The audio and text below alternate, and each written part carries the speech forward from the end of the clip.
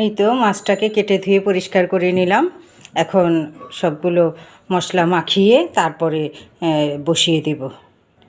মাছটা সরিয়ে একটা কড়াইয়ের মধ্যে বসিয়ে দেব। এই কড়াইয়ের মধ্যে সব মশলাগুলো আমি ঢেলে দেব। এইখানে পেঁয়াজটাকে গ্রেট করে নিয়েছি, বড় একটা পেঁয়াজ গ্রেট করে নিয়েছি। এখানে আদা এবং রসুন একসাথে বেটে নিয়েছি, আর এখানে ফালি করে কাঁচামরিচ কেটে নিয়েছি। এখন এই সবগুলো বাটা মশলা এখানে আমি ঢেলে দেব। এখন একে একে করে গুঁড়া মশলাগুলো দিয়ে দিচ্ছি।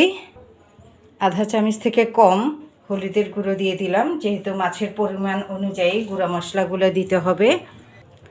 1 চামচ মরিচের গুঁড়ো দিয়ে দিলাম। মরিচের গুঁড়োটা অনেক ঝাল, গুঁড়া মাছটা একটু ঝাল ঝাল না খেলে ভালো লাগবে না, আর একটু দিয়ে দিই সামান্য পরিমাণ, আধা চামচের থেকে একটু কম দিয়েছি, অর্থাৎ 1 চামচ আর একটু বাড়িয়ে দিয়েছি। ধনে এবং জিরের গুঁড়ো মিলে এই চামচের 1 চামচ পরিমাণ দিয়ে দিলাম। মাছের পরিমাণ অনুযায়ী লবণটা অ্যাড করলাম। সবশেষে তেলটা দিয়ে দিব। এই তো দিয়ে দিলাম। এখন সব মশলাগুলোকে মাখিয়ে নিব। এই তেলের সঙ্গে সব মশলাগুলোকে মাখিয়ে নিব।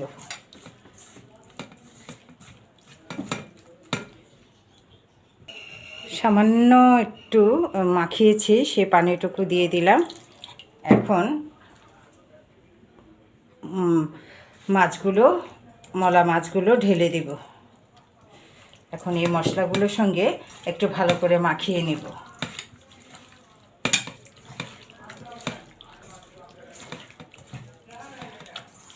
এই তো মাখিয়ে নিলাম। চলুন এখন রান্নাঘরে যাই। রান্নাঘরে গিয়ে চুলার মধ্যে মাছটা বসিয়ে দিই। এই তো চুলার মধ্যে বসিয়ে দিলাম। চুলার আগুনটাকে একটু হাই ফ্লেম করে দিয়েছি। এখন একটু হালকাভাবে নেড়ে দিব। নেড়ে দিয়ে আমরা ঢেকে দিব 10-15 মিনিটের জন্য ঢেকে দিব। একটু বলক না আসা পর্যন্ত চুলার আগুনটাকে একটু হাই করে রাখবো।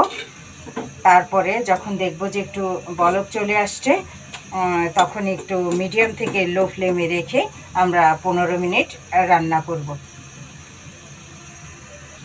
আরও একটু মনে হয় পানি লাগবে।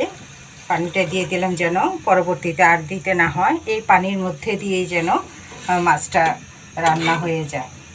এই তো প্রায় বলক চলে আসছে। এই তো অলরেডি বলক চলে আসছে। এখন আমি চুলার আগুনটাকে মাঝারি থেকে লো ফ্লেমে রাখবো। আবার অত লো ফ্লেমে রাখবো না যেন মাছটা ভেঙে যায়, একটু লো থেকে একটু বাড়িয়ে দেব। তো এখন আমরা 15 মিনিটের জন্য একটু ঢেকে দেই। 15 মিনিট পরে আবার আসবো। এই তো 15 মিনিটের জায়গায় 20 মিনিট হয়ে গেল। আমি এই 20 মিনিটের মধ্যে ঢাকনা উঠিয়ে কয়েকবার নেড়ে দিয়েছি। আর নেড়ে মানে চামচের সাহায্যে দেই নাই, এখন একটু দেখালাম। এই যে এভাবে করে আমি নেড়ে দিয়েছিলাম মাছগুলোকে। তো অলরেডি আমার মাছগুলো পরিপূর্ণভাবে হয়ে গেছে। এখন আমি নামানোর আগ দিয়ে একটু ধনেপাতা দিয়ে নিব। এত সুন্দর একটা স্মেল বেরিয়েছে, বিশ্বাস করবেন না। পুকুরের টাটকা মলা মাছ খুব সুন্দর একটা বেরিয়েছে। ঘরে থাকা সামান্য কিছু উপকরণ দিয়েই আজকে এই মলা মাছটা রান্না করেছি। আশা করছি আপনাদের কাছেও ভালো লাগবে। এখন আমি একটা পিরিজে বেড়ে সার্ভ করে দেখাচ্ছি। এখন সবাই আমরা খেতে বসবো। একেবারের জন্য বেড়ে ফেলি। এই তো খাওয়ার জন্য রেডি করে ফেললাম আজকের মজাদার পুকুরের মলা মাছ। আমি বড় মাছের থেকে একটু ছোট ছোট মাছ পছন্দ করি। জানি না আপনারা ছোট ছোট মাছ পছন্দ করেন কি না, কিন্তু আমার পুকুরের মূল্যা মাছটা একটু অনেক পছন্দের। আপনারা চেষ্টা করবেন ছোটদেরকে একটু এই মলা মাছটা খাওয়ানোর জন্য। মলা মাছটা অনেক উপকারী মাছ।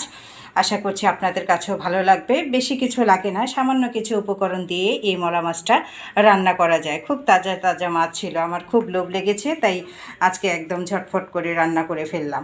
আশা করছি আপনাদের কাছেও ভালো লাগবে। আর যদি ভালো লেগে থাকে অবশ্যই আমার লাইক কমেন্ট এবং শেয়ার করে জানাবেন, এবং কমেন্ট করে জানাবেন আমার রান্নাটা কেমন হয়েছে। আবার অন্য কোনো রেসিপি নিয়ে আসবো। সেই পর্যন্ত সবাই ভালো থাকবেন, সুস্থ থাকবেন, নিরাপদে থাকবেন।